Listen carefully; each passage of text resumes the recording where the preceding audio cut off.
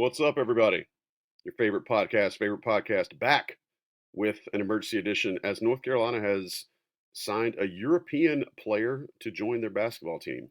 This is the Coast to Coast Emergency Show. I'm Joey Powell for InsideCarolina.com. We're brought to you by Johnny T-Shirt. Sean, Moran, and Sherrell McMillan are here to talk about Luka Bogavac from Serbia and Montenegro. He's actually from Moskvac, Serbia, Montenegro. 6'5", 201. Played for Kasarkeski Club Mega Basket in Serbia, Montenegro. Another example of North Carolina trying to find more players that can contribute to the roster for next season. And they've found another wing, and Luka Bogavac will bring that to Chapel Hill. Sean, what have you seen from Luka? What do you know about his game? Again, this came kind of out of nowhere, specifically out of Moskvac, Bosnia, Serbia and Montenegro. But Sean, what do you know about his game? What can you tell the folks, and how can we get up to speed in understanding how he might fit in with this roster? Well, first off, he's going to be 21 when he arrives in Chapel Hill. So I think a little different than some of the 18, 19-year-old Europeans of just having once again 2 extra years of development playing at a high level. In terms of where he's been playing, this past season has been playing in the Adriatic League. The team plays domestically in Montenegro, where they're top 5 team, but he's been playing specifically in the Adriatic League. So the Montenegro, probably not that strong from a competition standpoint, but the Adriatic League, you have top teams from Serbia, Croatia, that some play in the EuroLeague, Euro Cup, some of the top international competitions this year. You have a team from Dubai, their first year playing. They have a Davis Bertans who came from the NBA. So there's a lot of talent in that league and a lot of history. So probably one of the better just general international competitions. And his team probably sits a little under that, 50%. You're probably looking at the bottom tier team in that league. But overall, in terms of what he brings, 6'5", shooting is the main thing that he brings. He's been shooting 40% on a high volume in that league this year, and a really nice looking stroke, whether it's off the catch, off the dribble. So that is the main thing that he does bring. I'd say he's a shooting guard for the most part, but he can't handle the ball. But so you could say the 2-1, but would put him predominantly at the 2. He's pretty creative where he can handle the ball. Utilizes the pick and roll pretty efficient, especially this year where he didn't make a big jump going from around 8 points to 15 points. I would say from a pure quickness perspective, that's probably what he's lacking. He can get to spots, but I think he could have some challenges getting all the way to the rim and finishing at that college level. But really strong off the dribble in terms of a jump shot. I think a high IQ guy, some good length. I think defensively, probably not a strong suit, hasn't graded out very, very well this year. But he does have some length, and with that size, can probably play that 2 a little bit on the 1 itself. But really, when you're looking at what he brings, shooting is going to be that main attribute. Well, and if we think back, as Sherrell likes to point out, to Hubert Davis's opening press conference as coach, he wants dudes that can shoot. He wants guys that can score, and clearly this is enough to get Jim Tanner and company looking into Europe, and found Luka Bogavac. Sherrell, again, way out of the blue. This is, in addition to North Carolina trying to keep things close to the vest, not something that you would have said was on North Carolina's radar for an uber long time. Tell us a little bit about how this materializes, and how we got to a point to where Bogavac is going to be coming to North Carolina. Honestly, don't know a ton about how it materialized. Only that there's been contact, obviously, with agents from really around the world, I think, for UNC. And it started really last summer when, the big man situation happened, and they really looked overseas to try to figure that out. And they got close with a couple of guys, and for whatever reasons, it just didn't work out with those guys. But I think that allowed them to do some legwork You combine the legwork that the assistant coaches did with a lot of agents over there and contacts that they might have, and other people who scout and work in the business. So, using those contacts and then adding Tanner's expertise with his experience with Gersh and with his agency over there. I think we add all that together. They were way ahead of where they were last year when it comes to international prospects. And I don't think North Carolina just called Luka last night and was like, "Hey, you want to come?" And he was like, "Yeah, sure, let's do it." It's obviously something they've been working on for a long time. They do like to operate kind of in the shadows. That's just how they choose to do things, which can be frustrating for people like me. But you have to respect it. But I think really what it says to me is just it shows that they are willing to again kind of to use our favorite saying from their head coach is to tweak, alter, and pivot as they move forward because obviously there were things in guys in the portal that they didn't necessarily like, or maybe the cost was too high. They had kind of exhausted the high school ranks and they had kind of exhausted the guys who decommit or ask out of their letters of intent. So the next kind of available cache of players is in Europe, and all it takes is really one guy to kind of start that pipeline, I would say, and maybe Luca is going to be that guy for UNC. All I'm hearing you say is that we need to start an InsideAdriatic.com, and Ben Sherman needs to put you stationed in the farthest flung regions of Serbia, Bosnia, Herzegovina, Montenegro, wherever. And then we should probably do lots of travel back and forth there, just to understand the lay of the land and what those leagues are like. That's what I'm hearing you say.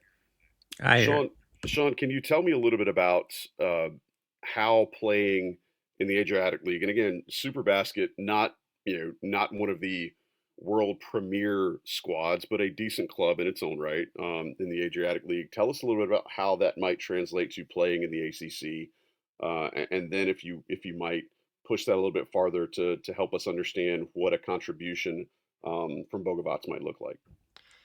Sure.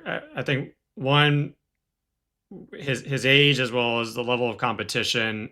For the most part, you're playing against grown men, which is only going to help when now you're playing for the most part against 18 to 22-year-olds, and also given that he's pretty much age wise a traditional junior or perhaps senior. I think he has physically built out. He's not a, I wouldn't say strength is his main issue, but he does have that development that has occurred already. And then in the Adriatic League, it's not Euro League or Euro Cup, but as I mentioned, you do have some teams playing in those competitions. So you are going against former some of the Americans were former top college players and played in the G League, maybe sniffed the NBA. They're 25, 27, etc. So he just having that, I think makes that makes that jump to college a little easier than it does for an 18-year-old coming out of high school and AAU, just from that professionalism perspective and the coaching. And you're not gonna, it's not an easy time, so you have to adapt to everybody else versus people adapting to you. I think the one thing would be mentally, when conference play is going on in January, February, the winters are long, not longer than what they are in Montenegro or the Eastern Europe, for instance, but you're still away from home. It's a different language. And to me, that would be more of the concern of how do you get through that hard time versus the adjustment.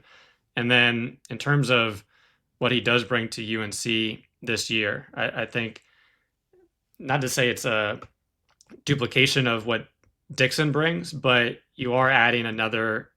I think the shooting has been a concern across the board of Seth Trimble as the starting shooting guard. Evans obviously brings shooting.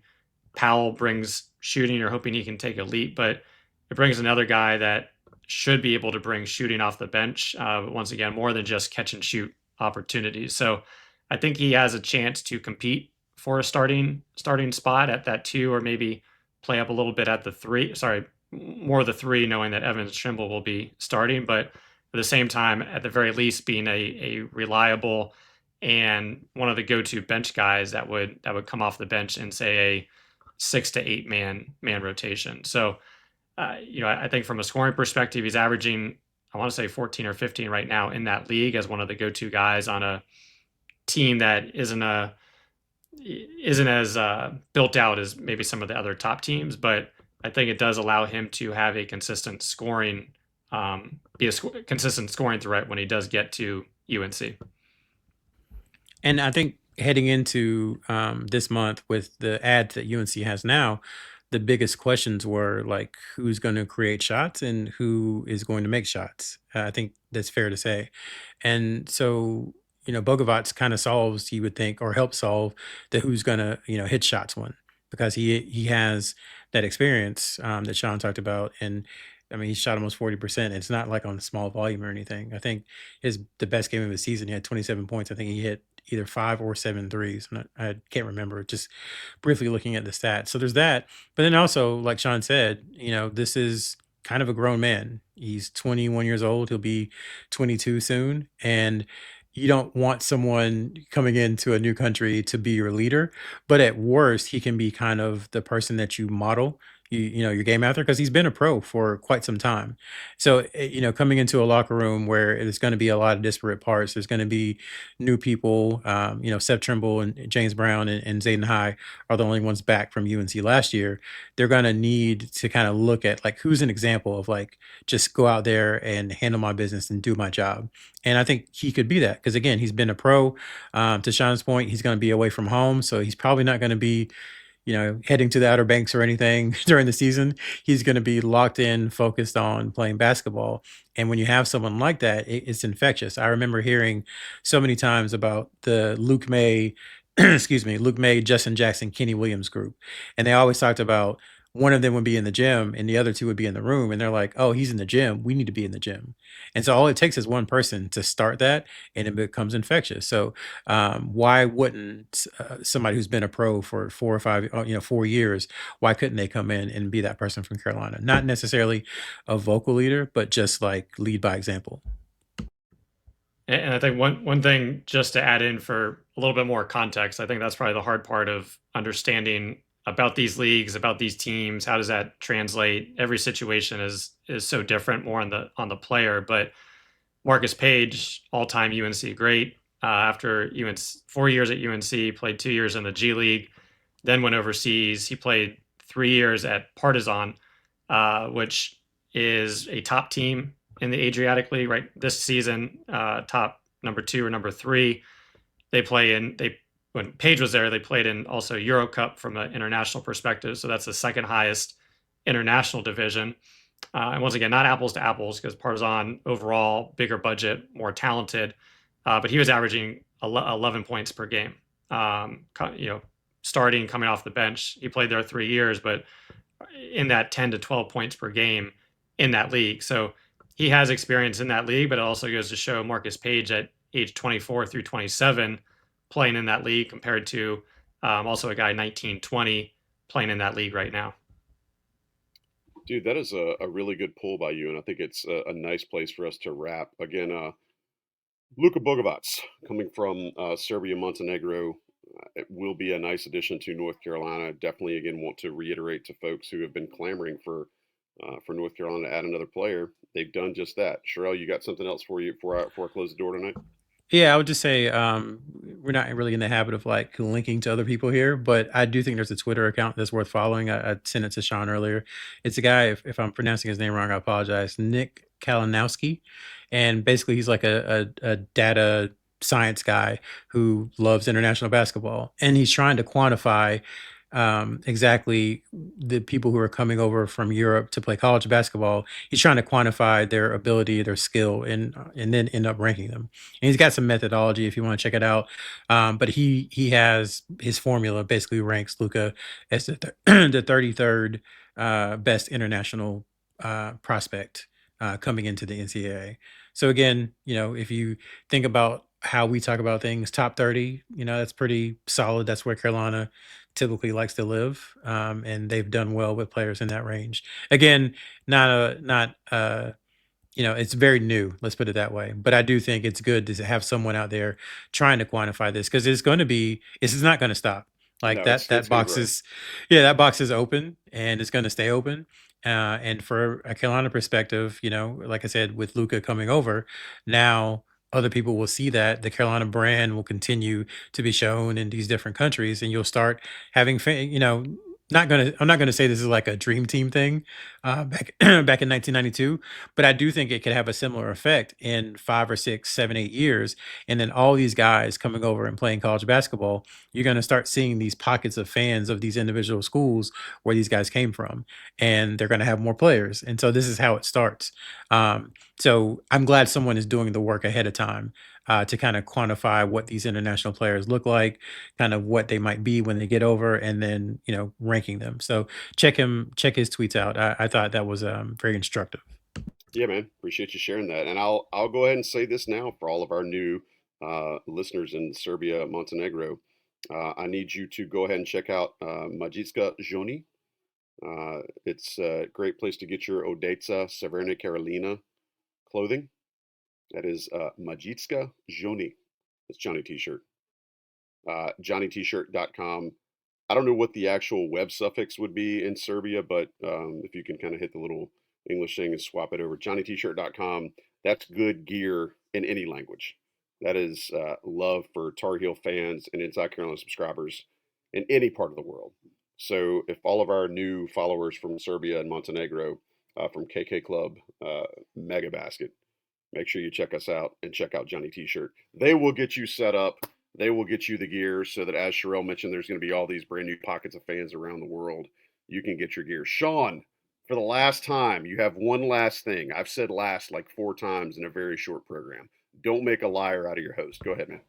My apologies, but one thing Sherrell mentioned, UNC obviously strong brand name overseas, and in terms of Luka's agent, is probably one of the most powerful agents with his agency BO Basket. So once again, if this test case can go well for UNC, there's been other schools that have been using international players for a long time, others more recently, such as Illinois. But to Sherrell's point, I think it could open up the pipeline, and you're putting yourself in a good situation if this next season can go well with Luka on a UNC roster.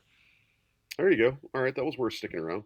Well, I appreciate it, man. You guys always make me look smarter, which is, considering what you're working with, I appreciate that. And shout out to you two for being here, Sherrell McMillan, Sean Moran. I'm Joey Powell for the Coast to Coast broadcast on InsideCarolina.com. We want to give a special shout out again to Johnny T-shirt and John Sigley for producing. But until next time, this is your favorite podcast, signing off. Tell your mother hello for me.